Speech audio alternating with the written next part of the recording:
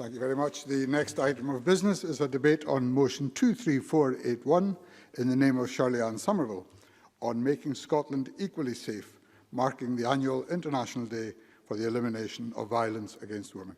Can I invite members who wish to take part in this debate to press the request to speak buttons now, and I call on Shirley-Ann Somerville to speak to and move the motion. Cabinet Secretary. Thank you, Presiding Officer. Happy to move the motion in my name. Violence against women and girls is one of the most devastating and fundamental violations of human rights. It has to stop, and we have to take meaningful action to stop it. This debate marks the annual 16 days of action to tackle gender-based violence across the world, and it takes place in unprecedented and exceptionally challenging times in the form of the COVID pandemic. I'm happy today to accept both the amendments to the motion. I'm supportive of all the efforts within our communities to encourage increased awareness of domestic abuse and promote an improved understanding of the needs of those experiencing violence and abuse. We agree very much that community pharmacies have potentially a very important role to play in this, and coincidentally the Minister actually chaired a discussion around how models to support access to information and help for those experiencing domestic abuse are being utilised in community pharmacy settings this morning. We also recognise the increased risk posed to women and children affected by violence and abuse during this time, the crucial role refuge and support services play, and acknowledge that unfortunately, because of this violence, women continue to lose their lives. We are taking forward work to improve multi-agency risk assessment processes for the most at-risk and vulnerable women in our society, and will also shortly commence work to explore domestic homicide reviews in Scotland. The UN 16 Days of Activism is an important opportunity for us to come together to give new momentum to our ambitions and also to celebrate just how far we have come. However, I don't think any of us could have predicted or foreseen the climate in which we are currently finding ourselves. In recognition of the impact of the pandemic, the theme for this year's UN 16 Days is Orange the World, Fund, Respond, Prevent, Collect, with a focus on COVID-19 response, recovery and renewal. There is no doubt that this pandemic has posed and continues to pose huge challenges for our society. The economic and social harms caused by it cannot be understated. We have published regular reports on the impact of COVID-19 on people experiencing domestic abuse and other forms of violence against women and girls during phases 1, 2 and 3 of Scotland's route map. The most recent update was published this month. These reports make clear that a number of relevant impacts and risks have emerged since March, including a greater risk of domestic abuse due to lockdown and challenges in access to safe housing, constraints in terms of safe spaces, challenges for frontline services in offering support, increased risk of sexual exploitation and perpetrators being more hidden. However, at its heart, it is important to remember that this violence continues to be underpinned by women's inequality and the attitudes and structural barriers that perpetuate that inequality. COVID-19 has both exacerbated and shone a light on what was already there. I've been saddened, but sadly not surprised, that the risks to women and children affected by violence and abuse have increased during this period, and I'm sure I speak for all of us in saying that this is absolutely unacceptable. That is why, as a government, we have been tirelessly focused on ensuring that women and children get the help they need and that tackling domestic abuse and all forms of gender-based violence continues to be prioritised. At the outset of this pandemic, we have been absolutely clear that none of the public health measures introduced should prevent women and children experiencing violence from accessing much-needed help, advice and support. Since March, we have invested £5.5 million in services across Scotland to help rapid redesign and support for victims and survivors during COVID-19. This additional funding has helped to ensure women and children experiencing or at risk of violence and domestic abuse have continued to access to vital help and support. And I would like to take this opportunity to pay a heartfelt tribute to all the frontline organisations who have kept their virtual doors open our partners in local government who had to rapidly adapt in response to the needs of victims and survivors, and indeed the breadth of public services who have worked tirelessly to redesign services and ensure that they can respond to those in need of help during this exceptionally challenging time. As I said, we've undertaken to understand the impact of the pandemic across the sectors. We have used the information and knowledge to ensure that both national and local government have instigated arrangements to help coordinate a strategic and measured response. Scottish Government guidance was produced early to highlight that public health guidance or rules don't prevent anyone from taking measures to escape or keep themselves safe. And we've worked very closely with COSLA to help develop guidance for local authorities and community planning partners, which aims to ensure that a sustainable, joined-up approach to safeguarding the needs of women, children and young people experiencing violence and abuse during COVID-19 is embedded at a local strategic level. It is intended to support the strong leadership already being demonstrated by local government and other key community planning partners across Scotland in ensuring effective protection and provision of support. But let me be clear, effective tackling and challenging this behaviour isn't just a responsibility within this Parliament. It falls to everyone in our society to take action, to prevent such behaviour, and to achieve success, we must work together. Our Equally Safe strategy has a decisive focus on prevention, seeks to strengthen national and local collaborative working to ensure effective interventions for victims and those at risk, and contains a clear ambition to strengthen the justice response to victims and perpetrators. In November 2017, we published a delivery plan of practical steps that will take us towards ending this type of violence for good. The delivery plan sets out 118 actions that we intend to take until 2021. Now, we've already made progress in taking many forward, and I would draw the members' attention to the Equally Safe Progress Report we published on the eve of the 16 Days of Activism. It details our response to the COVID-19 pandemic and many of our key actions and activities to date. We continue to emphasise the importance of our primary prevention agenda and are making progress with important whole system initiatives in schools, workplaces and further and higher education institutions. We've published a suite of resources to support learning around important issues like consent and raising awareness of what a healthy relationship should look like, including the key messages on healthy relationships and consent for all professionals working with children and young people, and an updated relationships, sexual health and parenthood online resource. This year, we worked with Young Scot to develop an online resource for children and young people on gender-based violence and where to go for support. The resource, called That's Not OK, launched in September 2020, and Young Scot are working directly with young people to co-design and refine the content. Educating children and young people and challenging outdated stereotypes is important. But perhaps the biggest challenge is delivering a societal shift where women no longer occupy a subordinate position to men. We need to make progress advancing women's equality in a range of spaces: economic, civic, social and cultural. The work of the First Minister's National Advisory Council on Women and Girls has made a vital contribution, and a key priority remains engagement with and response to their 2018 and 2019 recommendations. The latter focus of the Council has been on improving intersectional gender architecture, the structures that are designed to advance women's equality and rights, such as ministries, regulators, equality laws, duties, indicators and so on, and making sure that they actually work for all women and girls. This should deliver a real step change in how we make gender-competent policy that has a real and tangible impact on the lives of women and girls. However, the current climate has also highlighted that we must act here and now to ensure that those experiencing violence and abuse get the help and support they need.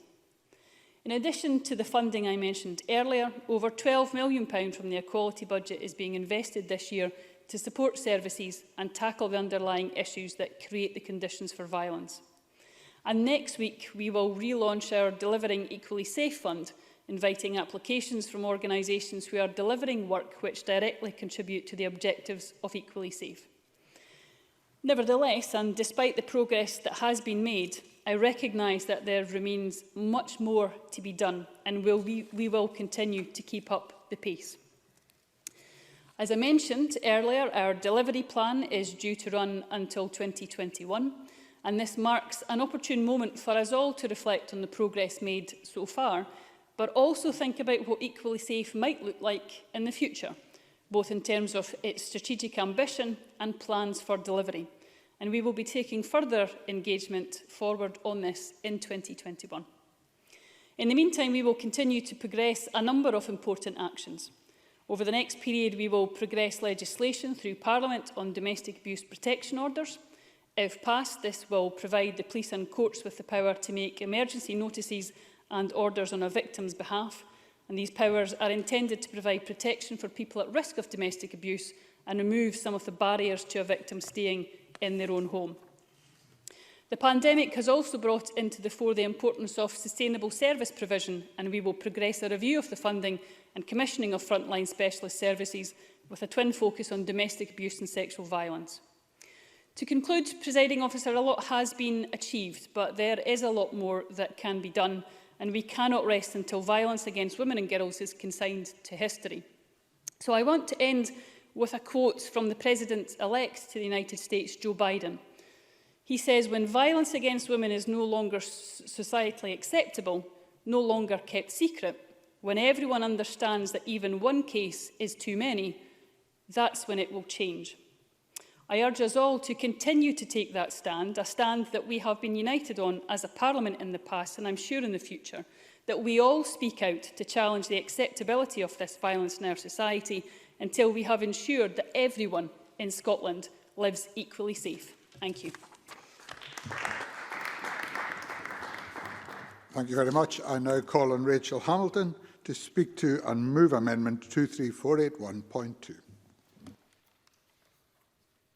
Thank you, Presiding Officer, and I move the amendment in my name. I'm pleased to open today on behalf of the Scottish Conservatives, and violence against women and girls is a human rights violation, and this must underpin everything we do in tackling every cruel form of it. No woman or girl should live in fear of abuse, and we must root it out wherever it occurs, either at home or abroad. Last year, we welcomed new legislation in the Domestic Abuse Scotland Act and further welcome the latest Scottish Government Equally Safe report, which underpins this debate with its focus to eliminate the systemic gender inequality through a relentless focus on prevention. However, it is a fact that even in 2020, when many believe society has come on leaps and bounds with regards to equality and fairness, that discrimination and violence against women is rife in many countries across the world. As we mark 16 days of activism against gender-based violence and the annual International Day of the Elimination of Violence Against Women, we must all redouble our efforts to prevent abuse from occurring in the first place. We on these benches fully support both the Scottish and the UK government efforts as they work to eradicate violence at home and abroad. Presiding Officer, in Scotland, domestic abuse continues to be a horrible reality for many. Last year alone, 9 women were killed by abusive partners. This is utterly unacceptable. It is bittersweet news that domestic abuse is on the rise in Scotland. The latest domestic abuse statistics in Scotland show that the number of incidences recorded by Police Scotland has been rising in the last 3 years, from 58,108 in 2015-16 to 60,642 in 18-19. Indeed, one explanation for that rise may be down to survivors feeling more confident to report that they have experienced domestic abuse, which is encouraging, but it is still a worrying trend because the frightening levels of this hidden crime are being revealed, including an increase in online blackmail known as sextortion, where individuals obtain indecent images of a person and then threaten to share them with others unless they are paid money. When we take that figure and match it to the number of domestic abuse charges, they too are increasing and are at a 4-year high. The number of charges in 1920 stood at 30,718, the highest number since 15-16. Women must feel empowered to report domestic abuse in all its forms, but we must recognise it is rising across Scotland and affects women predominantly, although we must not forget the effect on men too. I fear, given the difficult circumstances brought about by the COVID pandemic, which Shirley-Ann Somerville talked about, we will see a greater rise in months to come, exacerbated by a second wave and possibly a third. In the latest Equally Safe report, it does note that although reports and evidence suggested that initial referral rates dropped during the first weeks of lockdown, reports from services suggest that referral rates gradually increased in later weeks. We know that the pandemic does not cause or ever excuse domestic abuse, but the pandemic has escalated abuse and closed down routes to safety for women to escape. Concerningly, during the pandemic, 2/3 of women in abusive relationships have suffered more violence, rates to 7.6% more than in previous 12 months. The amendment in the name of my name reflects the importance, as we continue to fight this awful virus, of understanding the emerging trend and the increase in abuse. That is why I feel it's important to add our thanks to Rhoda Grant for Labour's amendment that acknowledges the need to introduce a special alert system in pharmacies to cope with the rise in this abuse. It is an interesting concept and one which we feel builds on the need to have new systems in light of the pandemic. So therefore, we on these benches will support Labour's amendment at decision time tonight. With women in lockdown with their abuser, there are few opportunities for breathing space, perhaps an opportunity to meet for support from friends or family, or from support services. More and more people are working from home during the pandemic. For women working from home, Close the Gap rightly pointed out that perpetrators may interfere with women's work and prevent women from doing their job with coercive and controlling behaviour. This has led to laptops and phones being removed from the victim by the perpetrator, inhibiting their ability to work effectively or risk them leaving their job. We need to recognise the importance not only of the immediate public health response, but on the lives of the people who are abused. I cannot begin to imagine the pain and the horror many women have faced over the past few months. As we face extended restrictions, I would urge the Scottish Government to really look at providing greater support for women during the pandemic, and I welcome the extra support that Shirley-Ann Somerville highlighted. Presiding officer, closer to home, in my constituency of Ettrick, Wroxham and Berwickshire, sadly, according to Police Scotland, over 800 women reported domestic abuse. I know that Borders Women's Aid goes above and beyond to help those in need across my constituency and the wider region, and I'd like to thank them for that hard work and the vital service that they provide. I was delighted that in January of this year, Borders Women's Aid received National Lottery and Robertson Trust funding, which is absolutely invaluable for them to serve the community. Last year, they saw an increase in the average length of occupancy in their refuge from around 40 to 55 for previous years to 88, highlighting just how vital that service is within the community. In conclusion, Presiding Officer, as we mark the annual International Day for the Elimination of Violence Against Women yesterday and the 16 days of activism, we must do this in a year with a backdrop of COVID pandemic. As I alluded to earlier, domestic violence will be far more pronounced and widespread due to the nature of greater isolation and reduced social contact outside the home. We must, as policymakers and politicians, recognise that there is more to be done in the light of these circumstances and evidence to bolster our efforts to tackle violence. We will support both the Government's motion and Labour amendment tonight, and I urge members to support the Conservative amendment in my name, highlighting the impact of COVID-19, and ask the Scottish and UK governments to make the appropriate provisions available to support more women and girls through these very challenging times. Thank you. Thank you very much. I now call on Rhoda Grant to speak to and move Amendment 23481.1. Thank you, Presiding Officer. We must debate the action against violence against women and girls throughout the year. It's right that we have an annual debate, though, to review progress, what we've achieved and what we need to achieve in order to create a totally equal society free from violence against women and girls. Can I start by acknowledging that this year the government have held this debate in their own time, marking the 16 days of activism.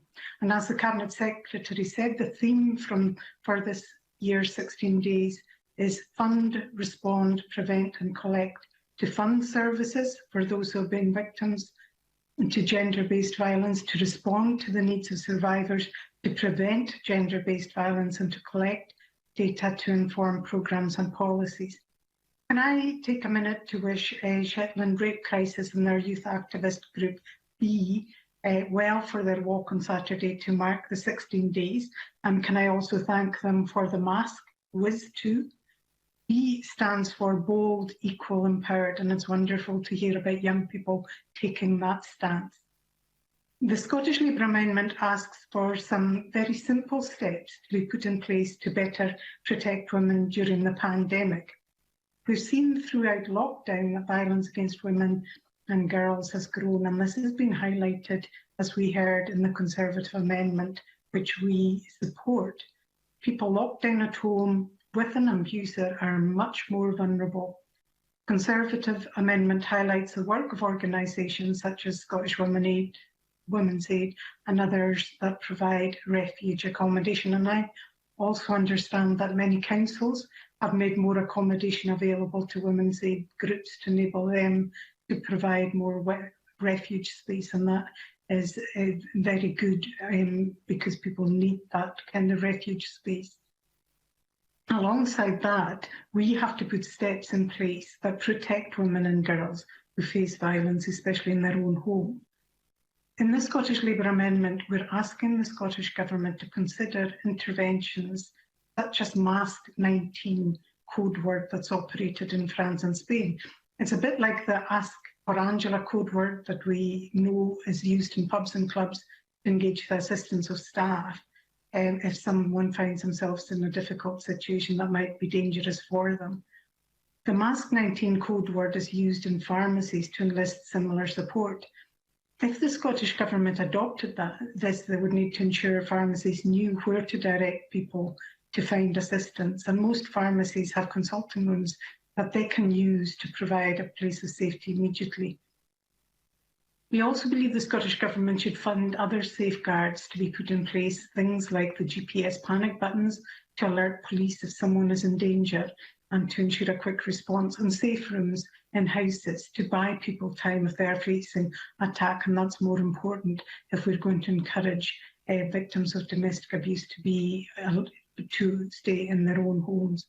These are not expensive interventions, but they provide safety and assistance for people who feel that who must feel that they're very alone right now in abusive situations at home.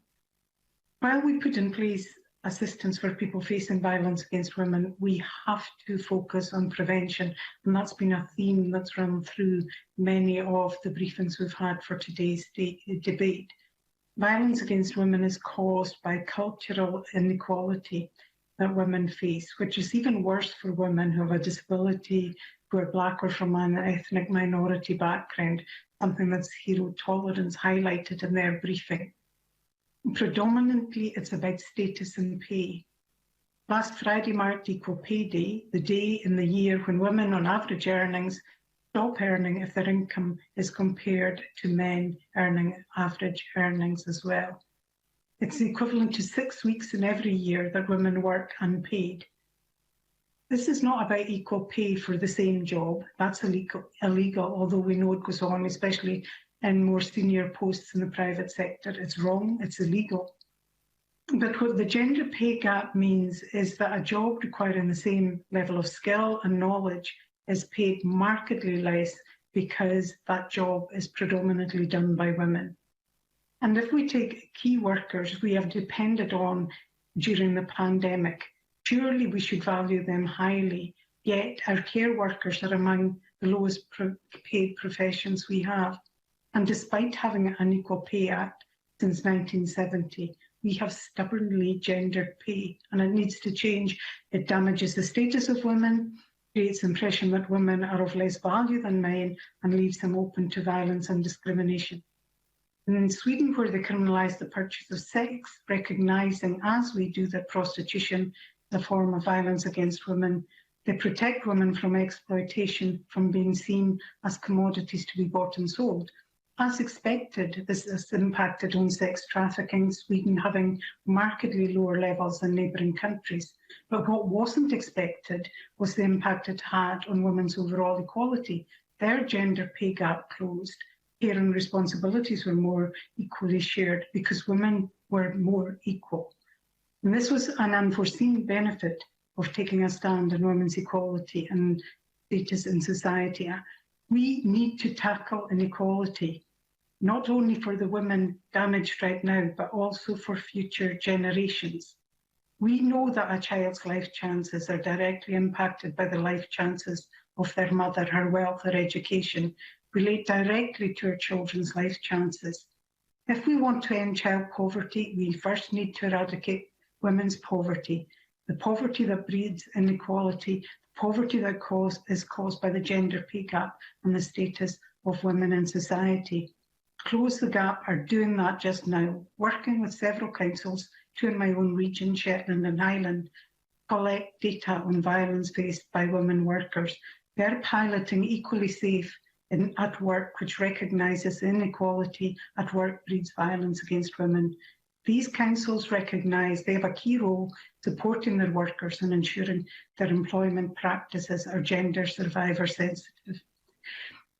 They are developing policies that combat occupational segregation that lies at the heart of gender pay gap and gather data to combat this. These are practical steps to deal with women's inequality. If we do that, if we meet head-on inequality that causes violence against women, we need to do that to prevent gender-based violence from happening in the first place. And we must challenge culture and society norms. We must create a new culture where everyone is equal and cherished, where discrimination and violence are a thing of the past. I move the amendment in my name. Thank you very much. And I now call on Alison Johnson. Thank you, Presiding Officer. Rhoda Grant is right. We certainly do need a new culture, and I would like to live in a culture where such a debate wasn't necessary on an annual basis. I'd like to begin by stating that the Scottish Greens will support the government motion and the Conservative and Labour amendments. And I'd like to thank all those organisations who provided briefings for today. The Femicide Census, which was published yesterday, examines the killings of women and girls from the age of 14 to 100 at the hands of men between 2009 and 2018. And this reveals that on average, a woman was murdered every 3 days in the United Kingdom. That is horrifying. But what's more, that figure shows no sign of reducing. It represents a decade of avoidable deaths, and each one a tragedy. The report reveals that the killing of a woman, especially in a domestic setting, is often reported as an isolated incident and giving no cause for wider public concern. But as the figures I just quoted painfully illustrate, there is every cause for wider public concern. These deaths frequently represent the failure of authorities to protect women from violence at the hands of men. As the report states, most are committed in similar settings, similar weapons are used, and similar relationships exist between the perpetrators and victims. These patterns belie the dismissal of women being killed as isolated incidents. They are predictable and therefore preventable. Frequently, the killings are committed by perpetrators with a history of violence in circumstances in which the victim has told others of the violence she suffers and sought help. It is appalling that in 2020, women are still not being listened to or taken seriously. Women who are asking for help are still not being protected, and many won't even get that far. Femicide has been identified globally as a leading cause of premature death for women, but tellingly, there's been limited research on this issue until recently, and that speaks volumes about how we prioritise the safety of women. Reports such as the Femicide Census reveal the extent to which violence against women permeates our society. It must be a priority. We can't shy away from this, no matter how distressing the figures and the stories behind them are. And that's why debates like this are so important. The Femicide Census highlights the need to raise awareness of the abuse of older women, for whom collection of data is often lacking. It states that care homes, adult social workers, GPs and other services working with older people need better training and awareness about elder abuse. We need greater recognition and understanding of these issues. And during the pandemic, a spotlight has been placed on care homes, and the Independent Review of Social Care is an opportunity to examine whether there's more we can do to prevent abuse of older women. And COVID has, of course, had other implications for women experiencing domestic abuse. The United Nations is calling violence against women the shadow pandemic. It is often the most vulnerable who are the worst affected. The UN High Commissioner for Refugees has warned that the second wave, which is currently sweeping much of the globe, is increasing violence against refugee women and girls, with displaced and stateless women and girls suffering from being confined with abusers, as well as worsening poverty. There have been sharp increases in the risk of gender-based violence, including trafficking, sexual exploitation, and child marriages. We need a no wrong door policy for women who are seeking help. Engender have highlighted that interactions with healthcare often present vital opportunities to identify causes of domestic abuse, but that these opportunities have been limited during the pandemic. A Rhoda Grant's amendment refers to the important role of pharmacies. A quarter of pharmacies in the UK now provide a safe space for people affected by domestic abuse, and this is a positive development which will hopefully improve access to support for those who are most vulnerable during the pandemic. In conclusion, Presiding Officer, I'm grateful for this opportunity to speak about this important issue in Parliament today. So much of violence against women is hidden away behind closed doors, masking the great extent of this problem. By discussing it publicly and honestly, we can bring it out in the open. Thank you. Thank you very much. And I now call on Beatrice Wishart. Thank you, Presiding Officer. I begin this debate by declaring an interest as a current board member of Shetland Women's Aid. Scottish Liberal Democrats will be voting for the motion and both amendments. And I too pay tribute to Women's Aid, Rape Crisis and other services across Scotland. And I look forward to taking part in the WIS2 walk at the weekend, but I hope the weather's a bit better than it was last Saturday. In marking the 16 days of activism against gender-based violence and the annual International Day for the Elimination of Violence Against Women, it gives us an opportunity to reflect on the global problem of violence against women. The event began in 1991, but demonstrates that while things have improved, there's still a long way to go. Street harassment of a sexual nature is experienced the world over, and in too many countries, women and girls are not just undervalued, but just not valued. While closer to home, there have been reports of women scared to go out and exercise outside in dark during COVID lockdown. No one should live in fear. There's a societal mindset that needs to change. How violence against women is reported in the media is important too. And men can help by calling out other men's misogynistic behaviour. Domestic abuse is a hideous, controlling and often life-threatening crime. There will be many stark statistics read out in the course of this debate today. I'll add a few more. Across the UK, 3 women a week are killed by men. 1 in 4 women experience domestic abuse in their lifetime in Scotland. Over 60,000 domestic abuse incidents were recorded by Police Scotland in 2018-19. 84% of the victims were women. And 2019-20 saw the highest number of domestic abuse charges for the last 5 years. Of course, the high number of recent charges may partly come from the new legislation that rightly placed controlling and coercive behaviour on a par with physical abuse. The effects can be just as damaging, and that must be properly understood and recognised. And the impact is not only on the abused woman.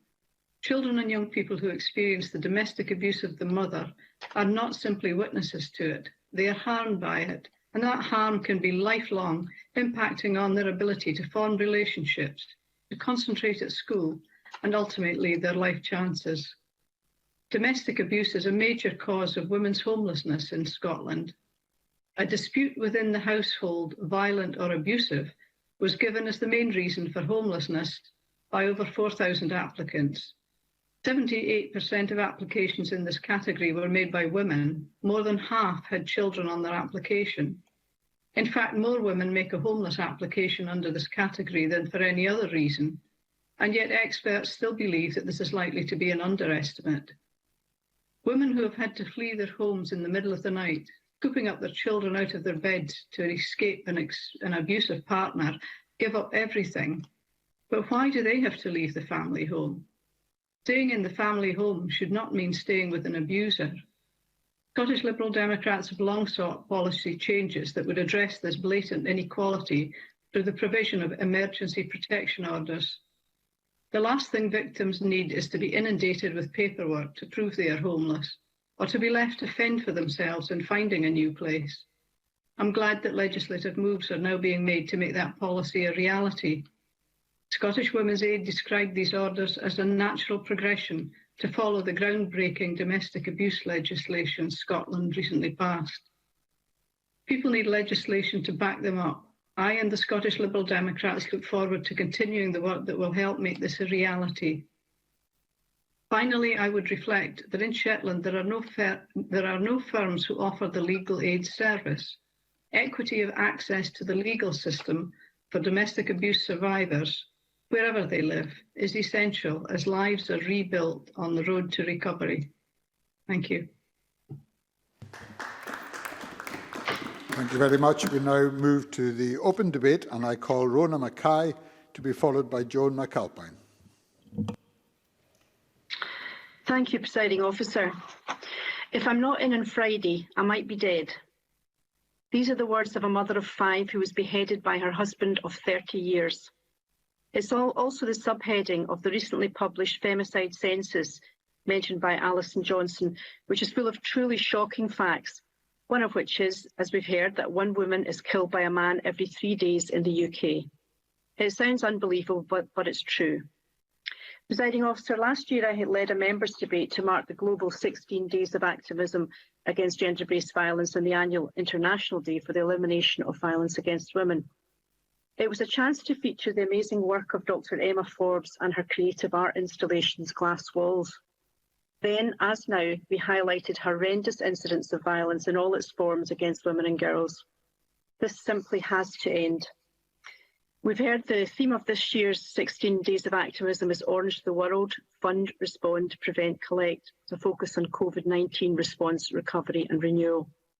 Because the stark and depressing truth is that in 2020, the year of the coronavirus pandemic, women have suffered even more violence. The terror of women and girls being locked up with an abuser during this terrible year is unimaginable. Additional investment has been provided by the Scottish Government to help respond to an increase in demand from victims of abuse for support services during the pandemic. And as always, Scottish Women's Aid and other support agencies are doing an amazing job finding alternative ways to support victims. Their message is, help is always there, do not suffer in silence. Presiding Officer, violence against women and girls is a fundamental violation of human rights, and all of us, women and men, must stand against it. The UN states violence against women and girls, one of the most widespread, persistent and devastating human rights violations in our world today, remains largely unreported due to the impunity, silence, stigma and shame surrounding it. Absolutely shocking. And their website, UN Women, state 10 ways we can all make a difference, which I'm going to go on to list now. 1, listen to and believe survivors. 2, teach the next generation and learn from them. 3, call for responses and services fit for purpose. 4, understand consent. 5, learn the signs of abuse and how you can help. Start a conversation. Stand against rape culture. Fund women's organisations. Hold each other accountable. Know the data and demand more of it. All details behind these vital messages can be found on the UN Women website, so please take time to visit it. Presiding Officer, as the Government, we have a responsibility to do all that we can to protect women and girls So we're investing significant levels of funding in frontline services and bringing forward new legislation to tackle gender-based violence. The Cabinet Secretary spoke of the Equally Safe initiative, which is going to prevent and eradicate violence against women and girls. Will try to, and there's a strong focus in advancing gender equality and tackling the underlying attitudes that create the societal conditions for gender-based violence to flourish. And I agree with Rhoda Grant that poverty is at the root of many, and equality at the root of much of it. Legislative progress has been made through domestic abuse protection orders, which will be a game changer for abuse victims when passed. I'd like to see similar protection for victims of stalking, and hope that this can be done through my member's bill or additional legislation, which I will progress if elected next year. Other initiatives include improving forensic medical examinations for victims of sexual assault, consulting on challenging men's demand in relation to prostitution, and taking forward the new Female Genital Mutilation Act. And of course, the new world-leading domestic abuse bill, which criminalises coercive control, has been highly successful. Nearly 1,700 crimes were recorded by police under the new legislation in 2019 to 20, and more than 1,000 charges under the new legislation were reported to the Crown Office in 2019 to 20. So in conclusion, Presiding Officer, for anyone who thinks that marking this day is symbolic, I simply disagree.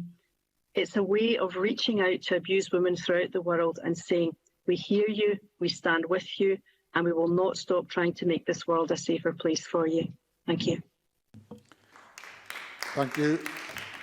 Joan McAlpine, to be followed by Maurice Corrie. Thank you very much, Presiding Officer. It gives me no pleasure to speak in this debate, but it is important that we do speak. Last year, the International Day for the Elimination of Violence Against Women was marked in a debate secured by Rona Mackay, MSP, and it's an honour to follow her today. And I welcome the Government motion, which reaffirms its support for Equally Safe, Scotland's strategy to prevent and eradicate all forms of violence against women and girls. And I'm also proud to support both the Labour and Conservative amendments. Last year, I began by pointing out that the term gender-based violence is euphemistic and, in my opinion, potentially misleading. I make no apologies for restating that we should call it what it is, male violence against women, no matter how squeamish that makes some men feel. I also highlighted the global scale of this violence, 87,000 deaths a year, and I'm very sorry that today we have to acknowledge that this has become worse because of the circumstances of the pandemic. I welcome the Government measures that have been taken to tackle domestic abuse and violence during the pandemic, and I join in with the praise of organisations supporting women at this time. In the short time I have this year, I wanted, like other members, to draw attention to the 5th UK Femicide Census, which was published yesterday. As others have said, this is an analysis of the 1,425 killings of women by men over the last decade, and it breaks down the backgrounds and characteristics of all victims and perpetrators, including the latter's past offences, use of pornography, history of abuse, as well as the official response in each case. The census finds that the number of women killed every year by men has stayed distressingly consistent over the last decade at between 124 and 168 women a year in the UK. Presiding Officer, no other protected group is killed at this rate or at this scale, so it's surely time that we acknowledged it for what it is as a hate crime. Many of these deaths were preventable, Presiding Officer. In more than half the cases, the brutality used amounted to what we call overkilling, defined as the use of excessive, gratuitous violence beyond that necessary to cause the victim's death. If anyone could stomach reading the articles that followed the death of Peter Sutcliffe recently, they will know that overkilling was a feature of his misogynist crimes. But how many of us know that 56% of female murder victims experience ripper levels of excess violence at the hands of men? Not notorious mass murderers, ordinary men who hate women too. The census shows perpetrators were not just intimate partners, they were sons, stepsons, grandsons. In 13% of the cases where the victim was aged over 66, the killer was a male robber or burglar. Those who meticulously compiled this census included many different circumstances in which men kill women. Because as they point out, the revelations about common causes, methods and misogyny are the same. They say this report gives the lie to the standard press releases that these killings of women are tragic, unpredictable, isolated incidents which give no cause for wider public concern. The term femicide was first defined by the feminist Diana Russell in the 1970s as the misogynist killing of women by men. In December 2013, the UN General Assembly adopted a resolution on femicide, urging member states to undertake a range of measures to address the killing of women and girls, including the need to enhance data collection and analysis. And the Special Rapporteur on Violence Against Women cited the UK's femicide census to the UN General Assembly in her 2016 report as, quote, a laudable example of best practice in this regard, and recommended that states, quote, collect and publish data on femicides and on other forms of violence against women. In conclusion, therefore, I welcome the Cabinet Secretary's comment that work is being undertaken by the Scottish Government on data to identify those women most at risk. I would very much recommend that the unit looking into this follow the Rapporteur's advice and consult the UK Femicide Census and its authors as part of this work. Thank you very much, Presiding Officer. Thank you, and can I encourage speakers to stick to 4 minutes going forward, and I'll call Maurice Corrie to be followed by Gillian Martin. Thank you, Deputy Presiding Officer. I too welcome the opportunity to contribute to this afternoon's debate on International Day for Elimination of Violence Against Women, and particularly as a proud parent of 3 wonderful daughters, and also as the champion of women on the Scottish Parliament's branch of the Commonwealth Parliamentary Association. Violence against women and girls in any context must be recognised for what it is, serious and a personal attack on their human rights and dignities. And I wholeheartedly join my colleagues today in condemning such acts of violence, and I welcome the motion and the amendments in this debate. Whatever form it takes, whether through human trafficking, sexual harassment, or child marriage, for example, perpetrators can exploit vulnerabilities, existing inequalities, and the stigma attached to these issues. Therefore, these 16 days of activism are so important in spotlighting the scale of the problem and the need for all of us, governments, employers, communities, to listen, understand and advocate for change, and change which seeks to redress the deeper power imbalances that continue to marginalise women and girls today. Our focus this year has been informed by acute pressures of the pandemic on gender-based violence. Of special concern is a stark increase in domestic violence, as we mentioned already, a growing shadow pandemic. With this escalation, services have reported increasing referral rates and growing waiting lists, with many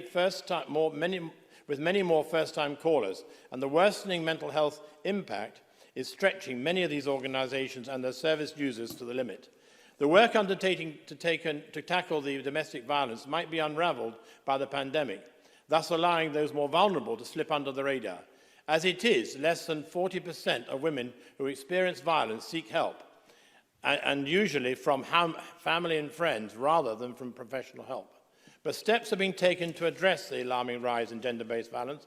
Earlier this year, the UN called for member states to incorporate the prevention of violence against women and girls into the national response for COVID-19. And this call has been answered across the globe, with essential support pathways being greatly enhanced, with a greater number of shelters and helplines available to meet demand. And I welcome the actions taken by the Scottish Government too, and delivered in line with their plan, Equally Safe, and look forward to the increased protections which should be guaranteed in the long-awaited Domestic Abuse Bill. And similarly, the UK Government has worked to increase better reporting of the gender-based violence and pledged funding to take violence through community programmes based in Syria. In conclusion, Deputy Presiding Officer, to properly challenge gender-based violence, we need to see greater funding commitments coupled with a heavier emphasis on preventative measures. And this requires a collaborative, multi-sector, global approach to gathering the data. And indeed, the responsibility lies with every person to ensure the well-being and protection of girls, and make sure that we leave no one behind. Thank you. Thank you very much. And I call Gillian Martin to be followed by Joanne Lamont.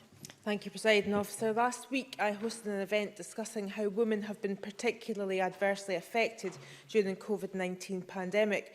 We spoke of the financial impact, the caring imbalance and the disproportionate health outcomes. And, of course, we also discussed the devastating figures of the amount of women who have been attacked or killed by their partners during periods of restrictions and lockdown. The surge in calls to domestic abuse helplines was huge, and the Scottish Government has got extra funds quickly to our partners to facilitate the demand and support for those women. Scottish Women's Aid CEO Marcia Scott said this: COVID-19 has given abusers more tools to control and harm women and children. Many have warned of the danger that women with abusive partners are in during this period, most notably my colleague Ruth Maguire, who amended the emergency coronavirus legislation to safeguard the human rights of vulnerable people, including women in abuse situations. Swift reaction to the surge in violence against women is one thing, but what we do to address root causes through Work Like Equally Safe is another. So too is closing the gender pay gap. The fact of the matter is that from women's economic disadvantage comes the opportunity for abusive men to coerce and control. Women's disproportionate lack of wealth in comparison to men is still very much an issue. Financial dependency creates a power imbalance, and my worry is that with the proven adverse economic effect of the virus on women's employment, we may see that exploitation imbalance worsen. Like Alison Johnson, Rona Mackay and Joan McAlpine, I read the Femicide Census report, which runs the most compelling but difficult reports I've ever read, with some of the most horrific information contained in it. They report on the amount of women killed at the hands of violent men and detail the figures and background of cases between 2009 and 2018. There's 3 full pages of very small type of name after name after name. And reading it, I couldn't help but wonder how the census of 2020 will look in comparison to other years. The census highlights 2 areas where the horror of murder of women is diminished. 1, how their murders are portrayed in the media, and 2, how men's court defences often victim blame or put forward diminished responsibility on the part of the offender, which can often see sentences reduced. Rough sex is becoming an all too frequent murder defence, easily feeding into a titillation narrative all too often seized upon by tabloids. Those reporting on these murders or writing the headlines alongside the reports have a duty to call it what it is. Death by strangulation is murder. It is not a sex game gone wrong. In 4 minutes, I cannot go into consent education or young men's all too ready access to violent porn, but I firmly believe that lack of the former and too much of the latter is a root cause of male violence towards women. I also believe the continued commoditisation of women's bodies and glamorising of prostitution is a backward step in this battle. When I grow up, I want to be a prostitute, said no girl ever. Our cultural tropes readily deployed in femicide reporting in the tabloids also enables the defence of "I just snapped." The man driven to violence by behaviour of a woman, loss of control or victim blaming accounted for over 1/3 of defences employed in trials of femicide in the UK over the period of that census. Can we reverse the trend?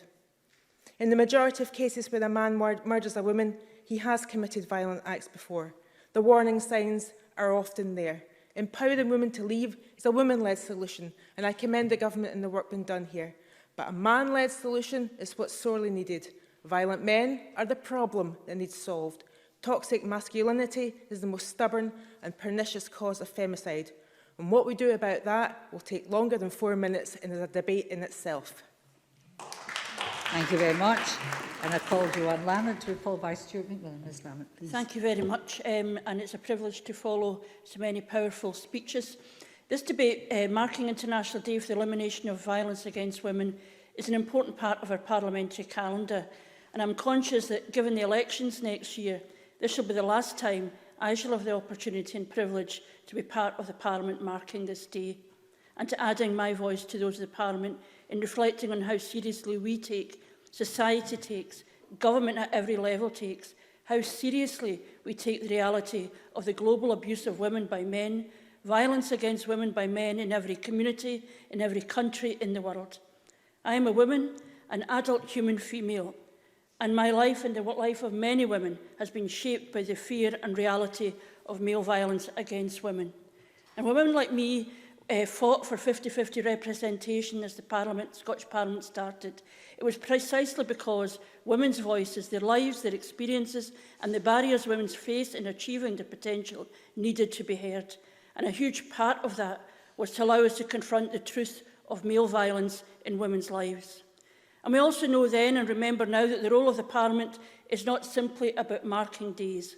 The test for all of us is to understand the cause and consequence of male violence and take action to address it, step by practical step, rigorous, persistent, focused and determined, to understand the spectrum of male violence, domestic abuse, coercive control, prostitution, trafficking and commercial sexual exploitation, amongst so many others. And of course, back in the day, there were voices who said, not all men present a risk. Men suffer violence and abuse too. Prostitution is the oldest profession and will always be with us. We can't do anything about men seeking to purchase sex. We can only manage harm. And we said then, and we say now, of course, it's not just women who suffer abuse, and everyone experiencing violence or abuse deserves support that they require. But if we do not look at the overwhelming pattern in domestic abuse, in sexual abuse, in violence, in prostitution, if you do not name the crime, you cannot change that pattern. We cannot teach our children and our sons and our daughters how they might change the world if they do not understand that reality. And my goodness, how much does the world need to change?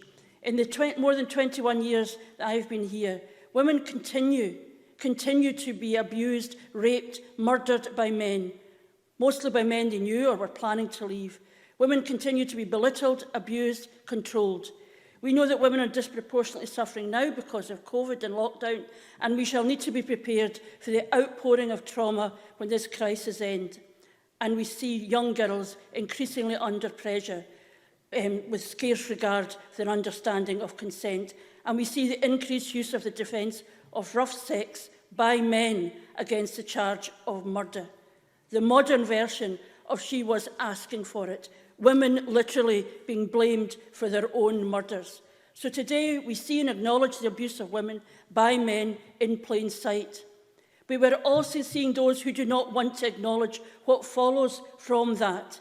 The support for women's refuges, for women exiting prostitution, for action in commercial sexual exploitation, for women-only services, for women-only spaces, for a justice system informed and alive to women's needs.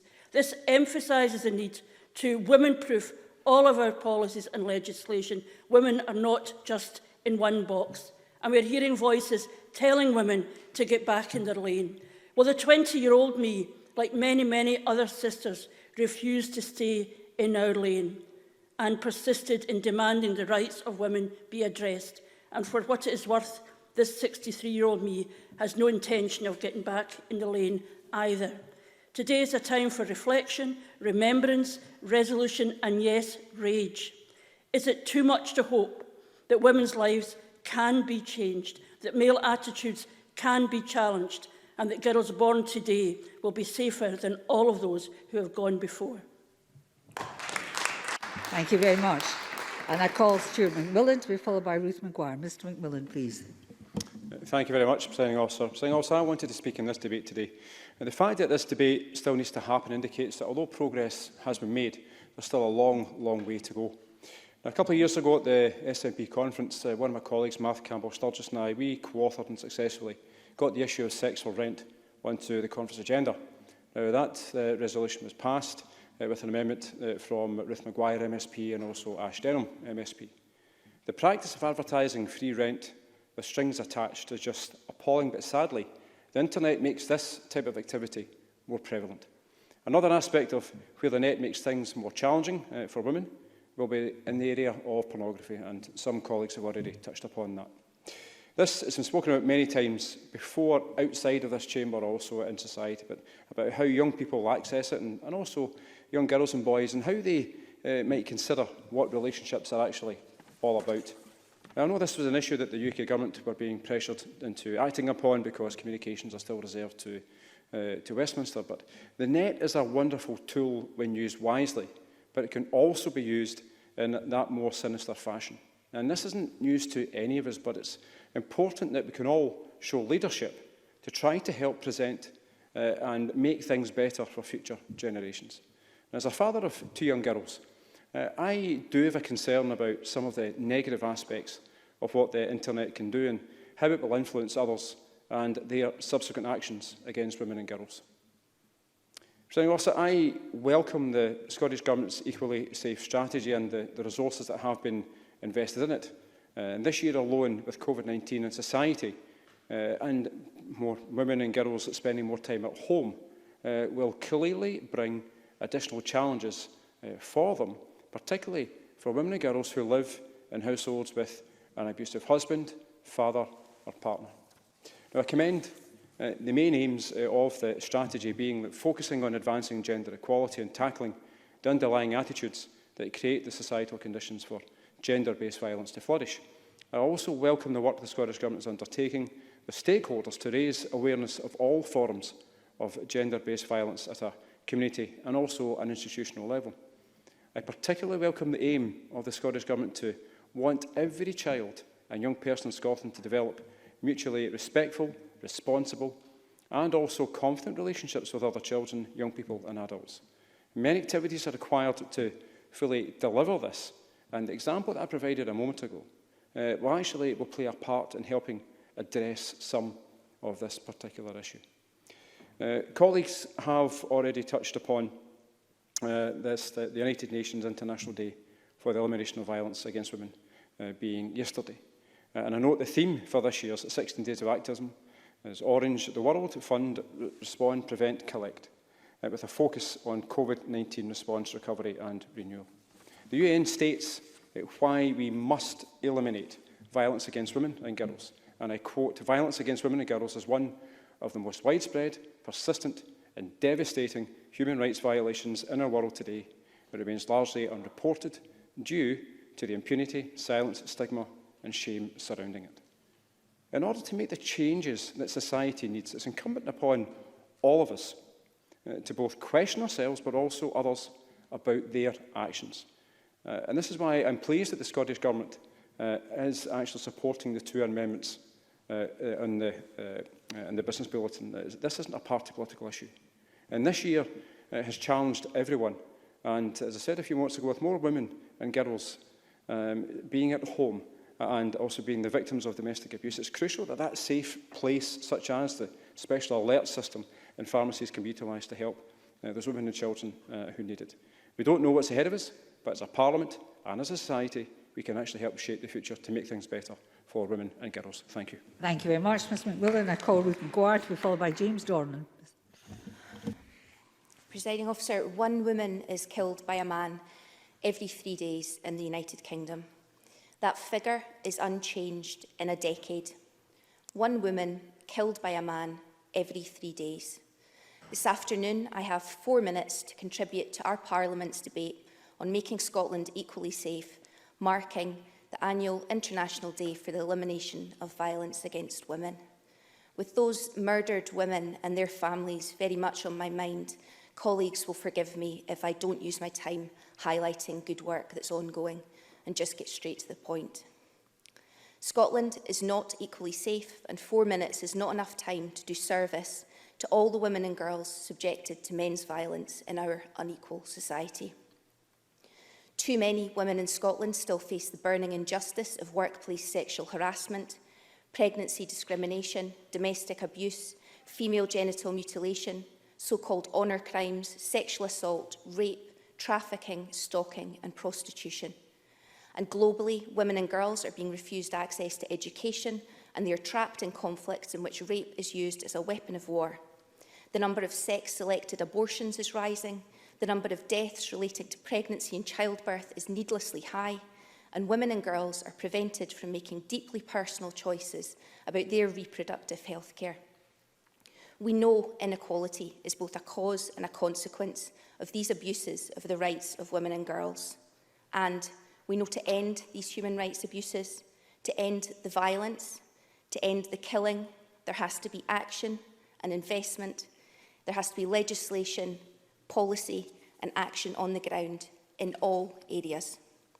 It's clear to me that we understand the continuum of women's inequality and subsequent male violence. So we must never kid ourselves on that picking off palatable challenges to address bit by bit is enough to address this problem. The truth, which I acknowledge is uncomfortable for some, but it's the truth nonetheless, is that as long as female bodies are objectified, commodified, and reduced to something to be bought and sold, used and traded, we will not have equality and we will not have justice. Prostitution is violence. Despite what a vocal minority might say, this is not a controversial position to hold. In policy terms, the Scottish Government's Equally Safe strategy recognises this violence. It is unambiguous and it has been for years. The laws of our country must be equally as clear. That they remain unaligned is wholly unacceptable. I know this is not easy. There is a vocal pro-prostitution lobby in this country. Men's demand for sexual access to women is big business. Something not being easy has not stopped us before. It should be to our collective shame that Scotland at the moment is a place where our legislative framework means that criminal gangs profiting from the sexual exploitation of women trafficked from out with this country and within it to meet male demand can hide in plain sight using so-called adult services websites.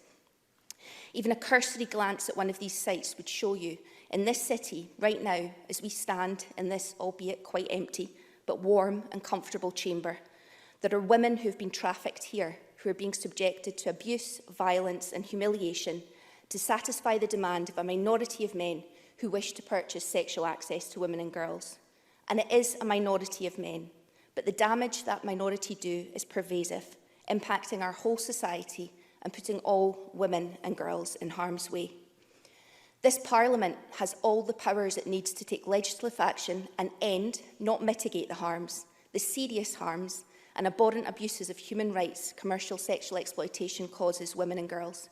It's beyond time we got on with doing just that. Thank you very much. And I call James Dorn, and Mr Dorn is the last speaker in the open debate.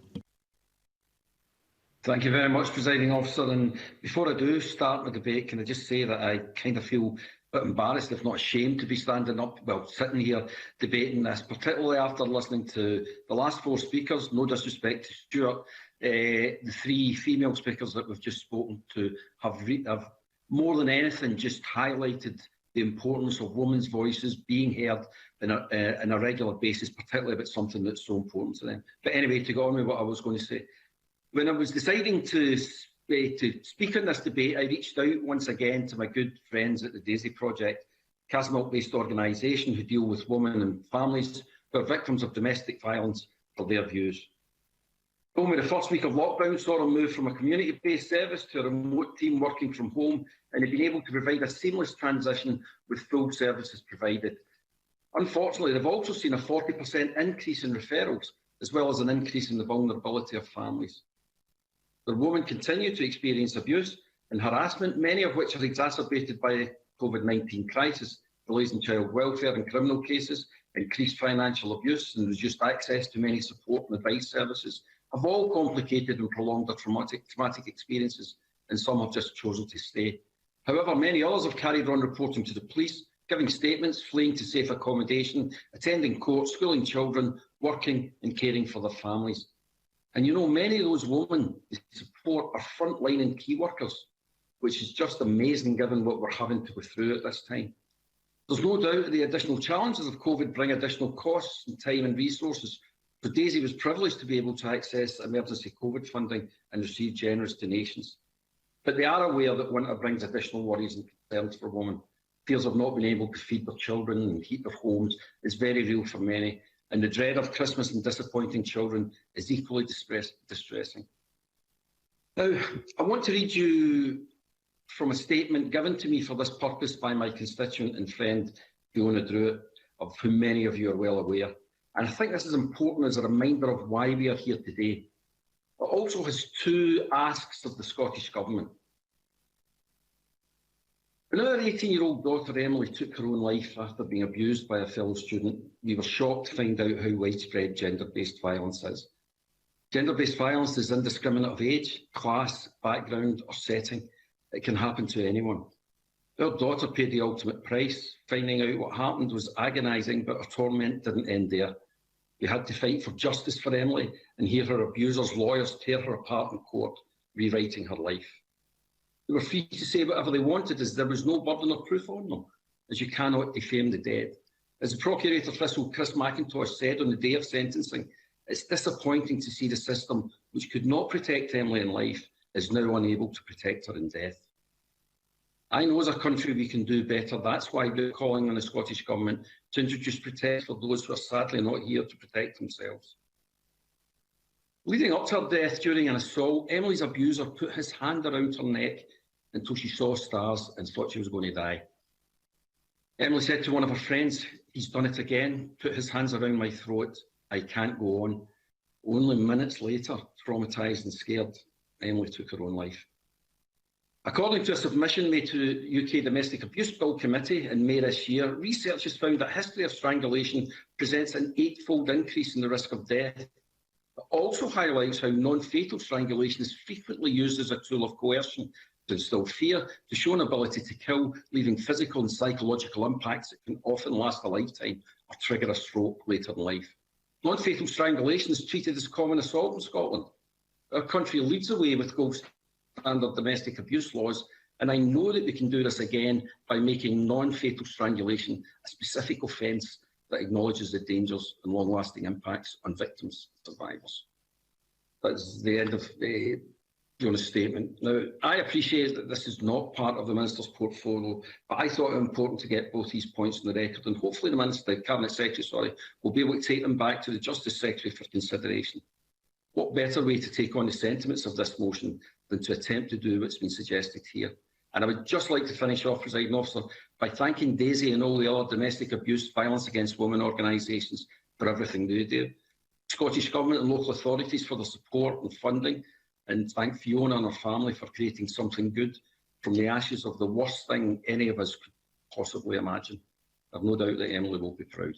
Thank you. Thank you. Closing speeches. I must ask the closing speakers to keep their time. With no time in hand. Polly McNeill, please, to close for Labour 5 minutes. Thank you, Presiding Officer. Can I begin by saying that there were stunning contributions this afternoon by women across the parties.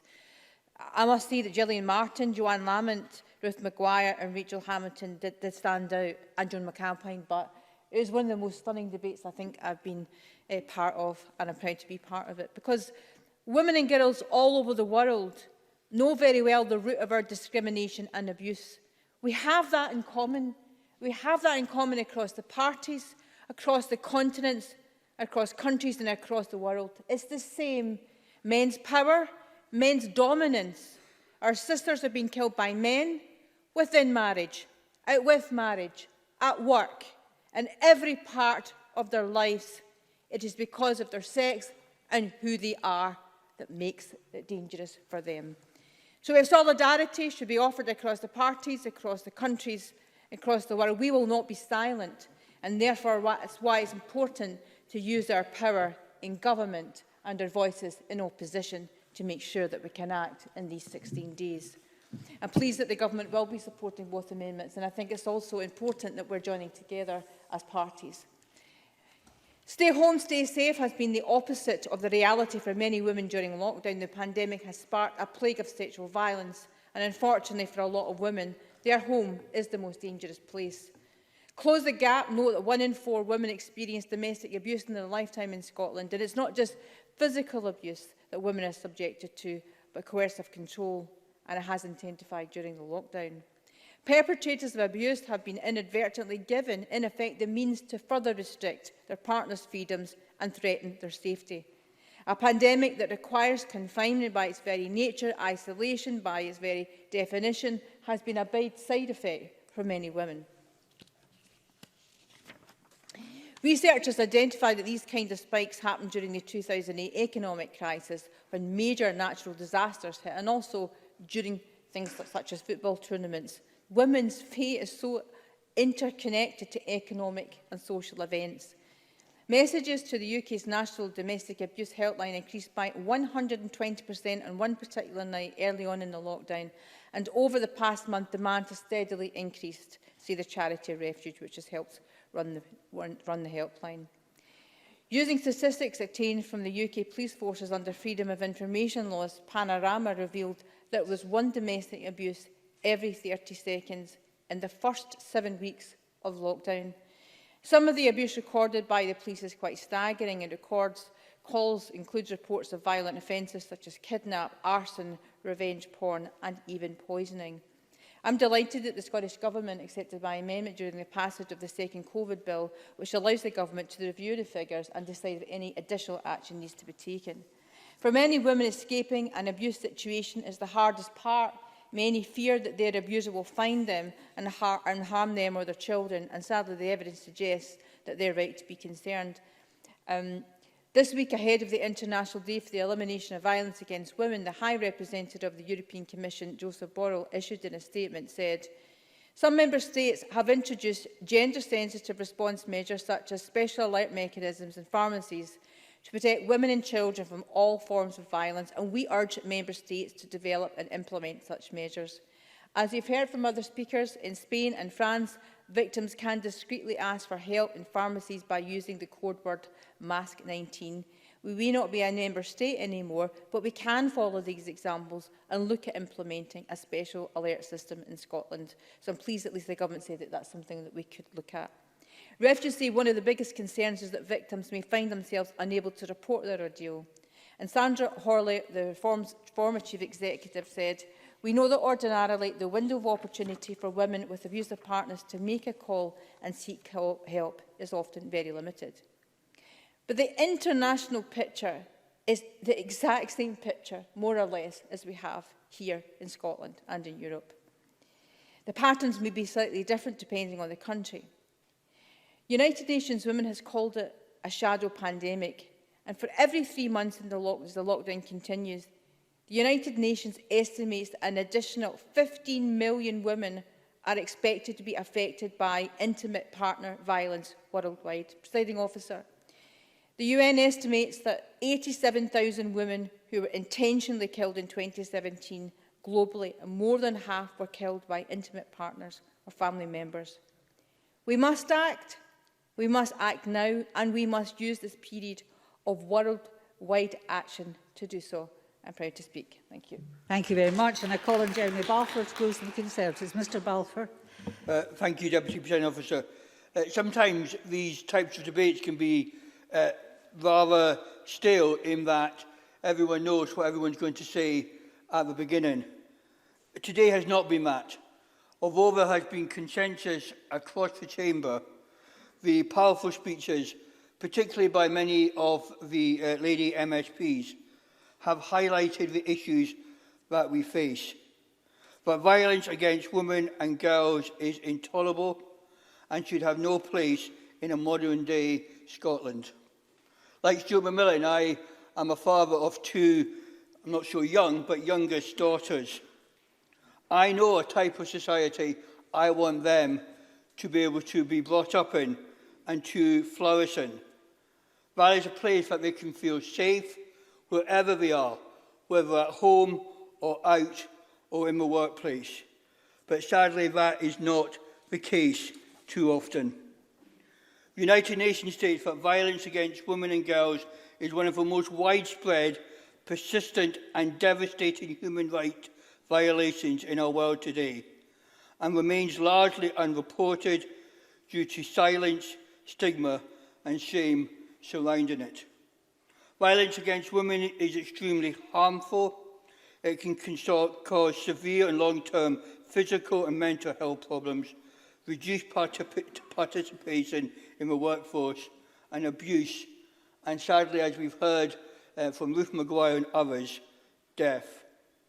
That is why it is so important that we use our voice in this Parliament, both men and women, to speak up for women who often go unheard and do whatever we can do to keep them safe.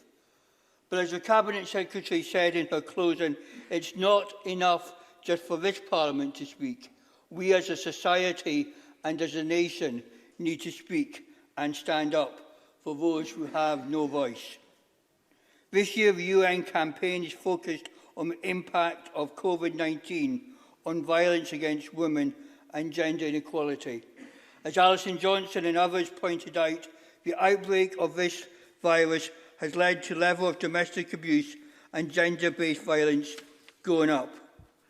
In the UK, Refuge has highlighted an 80% increase in calls to the domestic abuse hotline, and Scottish Women Aid has reported a significant impact on refuge accommodation, child contact and access to justice. Governments, political parties must see domestic crime for what it is, a serious crime, if not more serious than other crimes, because the victim lives often with a violent attacker, never knowing when the next attack might take place, a situation made worse by lockdown. Joanne Lamont, in her powerful speech, pointed out that often it goes unreported, often we are not dealing with the root crimes, the root causes of these crimes. For the last 18 months, my wife had been working in West Lothian, dealing with people who have committed domestic violence, trying to work through the issues in their life, trying to find out how to stop them committing crime again. That is the kind of resources we need to put in. Now, the Scottish Parliament has passed new laws and has dealt with this, I think, in a very positive way. But despite the introduction of these and other measures, data shows that domestic abuse is still going up here in Scotland. The latest statistics reveal that the number of domestic abuse incidents recorded by Police Scotland had been rising, not just in lockdown, but in the last 3 years. And the number of domestic abuse charges are a 4-year high. So there is more that we can still do, both collectively and individually. I hope the Scottish Government will encourage them to look to resume work on Stream 3 of the Victims Task Force that looks at sexual offences and gender-based violence placed on hold due to COVID-19, so that it can provide solutions to gender-based violence. The Scottish Government has to do more to sign up to willing domestic abuse victims to the Victim Notification Scheme. Current proposals mean that victims would only be able to register to find out if the abuser had been released from prison if the offender is sentenced to 18 months or more. That, with respect, seems to me still too long a period, and I think we should look at that afresh. As I said at the start, Deputy Presiding Officer, we have had some very powerful speeches. What goes on behind closed doors is not acceptable in many circumstances, and we need to call it out for what it is. We need to see, as again Ruth Maguire highlighted in her speech, what is going on at this moment of time in Scotland, in our society. We need to collectively come together across our party divides and say that this is unacceptable and that things need to change.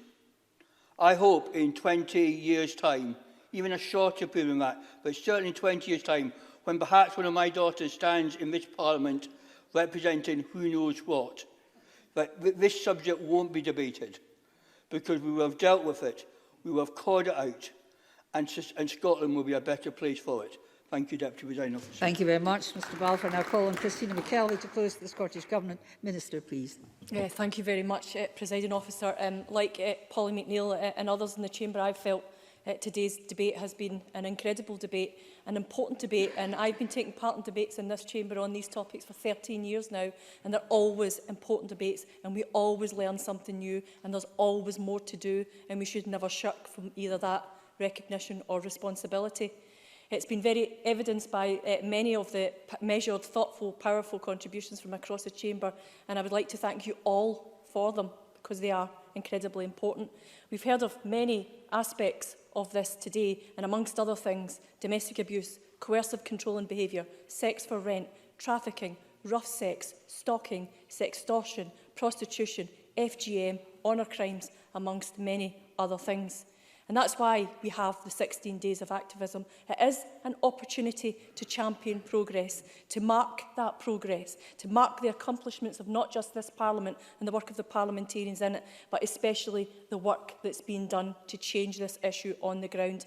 And I would take this opportunity now to echo all of the sentiments from across the Chamber and from the Cabinet Secretary and pay tribute to all of the frontline services who have worked tirelessly to ensure that women and children still have access to the vital help and advice that they need.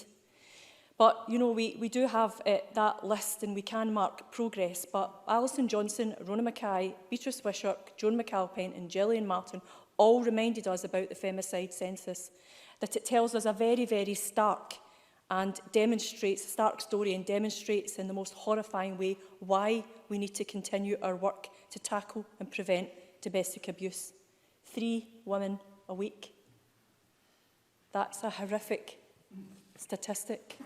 And in the work that we have been doing over the peace, we have managed to continue to do our work around multi-agency risk assessment arrangements. And during COVID and early in the pandemic, there was a clear commitment for continued operation of MARACs. They were seen as business critical in our work and in many areas, and it reflected a general commitment to MARAC and the wider efforts to share information, assess and address the risks to families affected by domestic abuse, especially during the coronavirus pandemic. And also to respond to some of the comments about domestic homicide, people will know, members will know that we did a review over the last few years on domestic homicide, and that review is now completed and an executive summary was provided to the Equally Safe Joint Strategic Board on the 29th of October 2019, and we have been taking forward further in-depth work with the internal review, and the review was recently carried out by Police Scotland, and the main findings will be shared in due course. So that's a bit of progress on that as well, and I'm sure people in the Chamber, members in the Chamber will welcome that.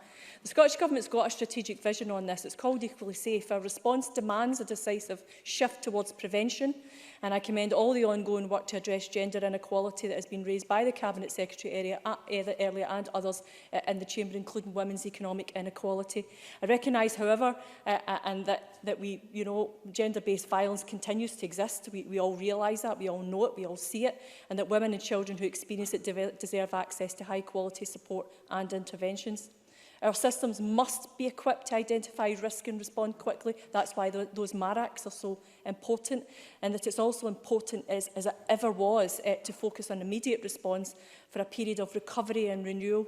And as Minister for Older People and Equalities, I have responsibility for cross-governmental coordination over efforts to tackle violence against women and girls, and I want to take the opportunity in closing to highlight some of the important initiatives happening across government to demonstrate this. I might just be about to answer your question. No, I really appreciate, Joanne Lamont, please. I'd really appreciate you taking this intervention, and of course we are agreed. And I just want to ask a very specific thing. As the Minister responsible for equality in that cross-cutting role, would you make a commitment to raise with the Justice Minister the importance of addressing this question of rough sex as a defence? This has been something that's been addressed elsewhere, and I wonder if it's something cross-party we could agree on looking at going forward. Minister. Yeah, I'm more than happy to address that. Jeremy Balfour, in his contribution as well, raised a few issues that I've also agreed to him that I'll commit to raise those with Hamza Youssef as well. You'll not be surprised that Justice colleagues are involved with the Equally Safe Board as well, so we consult all the time, but I'm happy to take forward that specific issue. Early on in the pandemic, we realised very, very quickly, within days actually, that where everybody was going home to the sanctuary of their home, that was not a sanctuary for many women and children in our nation. And we met very quickly within those days with the women's organisations, provided additional funding for them to deliver their services, and also got some early intelligence on other ways in which we could support that work. In the amendment today, both Rhoda Grant and Alison Johnson and a number of others, but especially the Labour amendment today, they talked about pharmacies and how we could use code words and stuff. I'm really pleased to say that we have quite advanced work on both of those areas. And just this morning I met with I chaired an event that had both the Home Office, the Boots and the Independent Pharmacies Association there, and a number of other stakeholders to talk about it. So pharmacies across the UK actually have been providing safe spaces. Boots were able to tell us this morning that they now have 4,171 pharmacies who are taking part in the Safe Spaces project, and by the end of this year they expect another 800, so that's like 5,000 in total. They're rolling out training to all of the staff to understand when somebody comes in and asks for a safe space, how they can accommodate that and how they can respond with both confidence and competence in doing that. Now, about 10% of those safe spaces are in Scotland, so we're punching a wee bit above our weight on that, but we want to obviously do much, much more, and they made that commitment to work with us this morning to do that. On the issue about a code word, which is something that we thought about very early in the pandemic as well, because we've been hearing some of the work that was being done around that, and the work that was being done in France, obviously the work that had been done in France. We thought about doing a Scottish-specific one, but in our conversations with our colleagues across the other three nations and the work that the Home Office were doing on this, we decided to go with a four nations approach, and we have something that's been coordinated by the Home Office called Ask for Annie. And Annie is action needed immediately. So whilst the Boots and the other independent pharmacies project about safe spaces is there, running alongside that will be that immediate response as well. So if somebody comes in and asks for Annie, that means they need support immediately, and the police will be called and they will be taken into that safe space. And we are, after today's event, we are producing a report, and I'll make sure that members get copies of that report to understand how that work will be rolled out, because I think it's incredibly important. Boots and the independent pharmacies gave us a few stories today, and they told us a story this morning and gave me some examples of how to use a safe space to make a call from home. And it was a young woman who came in and she could not use her home phone or her devices at home because he was always there, and she was able to go into the pharmacy and pretend she was picking up a prescription, go into the safe space and phone for help. And that's just a practical way in which this works, and that happened just here in Whitburn and very, very locally. So there is this work being done, and it's incredibly important. There's so many other things that have been raised. The protection orders raised by Beatrice Wishart and Rona Mackay is something we're progressing obviously really well. Yeah, if I've got time, Presiding Officer, I think. Well, you'll have to absorb it, Maurice Corrie. Okay. All right. Go for it. Okay, thank you, Deputy Presiding Officer. The question about the victims who are not able to sign up or register if their offender has done less, is put into jail for less than 18 months is a concern, and it's not included in the domestic abuse bill. Would you seek to talk to the Cabinet Secretary to see if those who have been offended, i.e. the victims, can actually register if the offender has been jailed for under 18 months? Oh, it was a bit of a long one, but never mind. I'll give you your time back. Yeah, thanks very much, Presiding Officer. I know the Cabinet Secretary for Justice has listened to all opinions on that area, so we can make sure that he's got a note of your comments in the debate today and take that into account when he's making his considerations. Presiding Officer, I know I've got so much to get through, but there is so much to say as well. James Donnan raised the issues around about the DAISY project and the increase in the need for support, and he talked about Fiona Drew and her Emily Test campaign, and I would want to pay tribute to both of these. That would be a miscarriage of justice for me if I did not actually raise the profile of both of those organisations and the work that they're doing. Gillian Martin in her very powerful speech reminded us who is responsible here. It's the man perpetrating the violence. So as well as improving our response to victims, we must also include an increased focus on robust and effective measures for perpetrators and prevention. The perpetrator must be visible in more than just a courtroom. They must be visible in case documentation and local planning and improved risk and safety assessments. And as Joanne Lamont says, we need to name the crime. Absolutely, we can be doing that through this work. We now have 19 local authorities who now deliver the Caledonian system, and that covers around 75% of the population, and we're building and working on that all the time, because one of the efforts that we want to take, like Jeremy Balfour's wife and the work that she's doing, is to, if we can prevent great, that's the work that we should be focusing on. But when perpetrators are brought to the attention and they can go through a programme like this, then rehabilitation has to be something that we commit to, and we have done that through the Caledonian I'm sorry, Project. you must conclude, Minister. Okay, I will finish up. There was lots of points made about prostitution by both Rhoda Grant and Ruth Maguire, and the consultation is currently open. And, Presiding Officer, in my final points, I know that everyone here shares this common goal. To ensure that women and girls live free from all forms of violence, from the norms and inequalities that create the conditions for that violence to happen. Today, I would invite our Parliament to restate our collective ambitions here. And like Rona Mackay, I would want to say, we hear you and we stand with you. Thank you. Thank you very much. And that concludes the debate on making Scotland equally safe, marking the annual International Day for the Elimination of Violence Against Women. I'm going to move straight on to the next item of business. As I can see, all the members in the debate are here. And the next item